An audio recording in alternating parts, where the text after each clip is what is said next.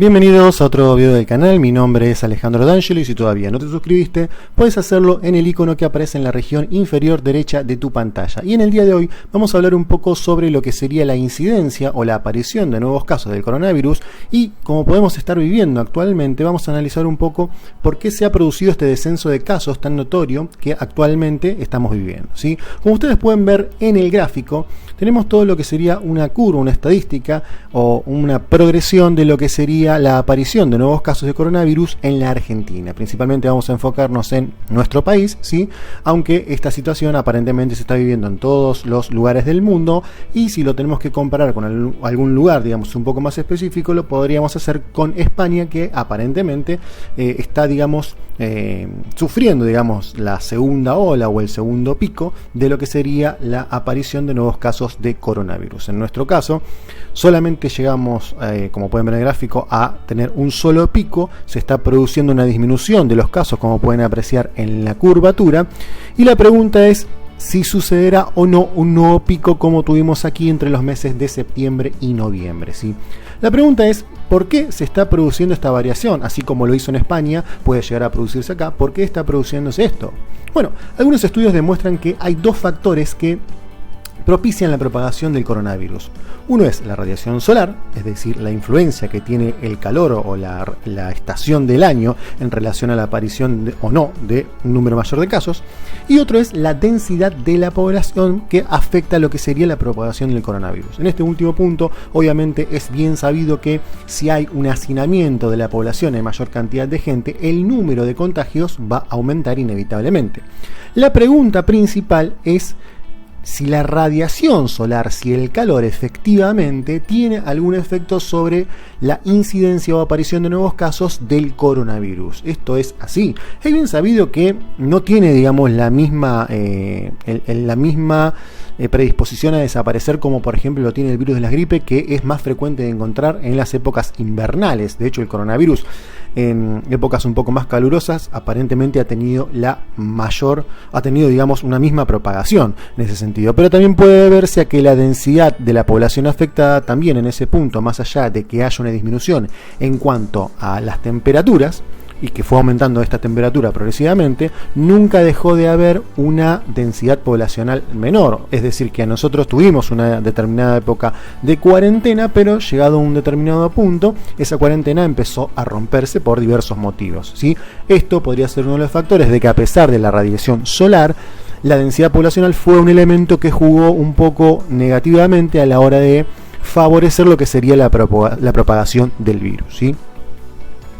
La pregunta también es, ¿qué es lo que va a suceder cuando nosotros estemos hacinados en nuestras casas por el hecho de que somos una población que usa en gran cuantía lo que sería el aire acondicionado, ¿sí? La pregunta es también si el aire acondicionado puede ser un factor que contribuya a la propagación del virus. En este sentido tenemos que hacer algunos determinados puntos. Hay algunas situaciones que han aparecido precisamente en China y justamente la CDC, que es el Control y Prevención de Enfermedades Infecciosas, ha, digamos, investigado una situación, el 24 de enero principalmente, cuando se produce una infección por coronavirus en un restaurante donde están almorzando 91 personas, ¿sí? De los cuales 10 se enfermaron con coronavirus, ¿sí? La característica que tenía este restaurante es que no tenía ventanas, pero sí tenía aire acondicionado, ¿sí? Es decir, que el coronavirus aparentemente tuvo algún tipo de potenciación en lo que sería a partir de la utilización del aire acondicionado, ¿sí? Sabemos que el virus se transmite por pequeñas gotas y que podrían permanecer en el aire según últimos estudios científicos, ¿sí?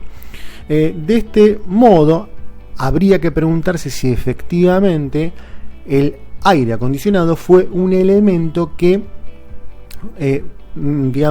favoreció la diseminación del virus en este punto de vista. En este caso, se realizaron muestras de frotis del aire acondicionado, ¿sí? Pero fueron negativas en cuanto a la presencia de coronavirus en los filtros, ¿sí? Es decir, que es un punto a favor, que en ese sentido podría, digamos, utilizarse el aire acondicionado en espacios cerrados. Pero la cuestión es que como se transmite por pequeñas gotas y como puede permanecer suspendido en el aire durante mucho tiempo, el flujo que produce el aire acondicionado podría ser un factor desencadenante para la diseminación de todas estas partículas que quedan circulando en el aire, ¿sí?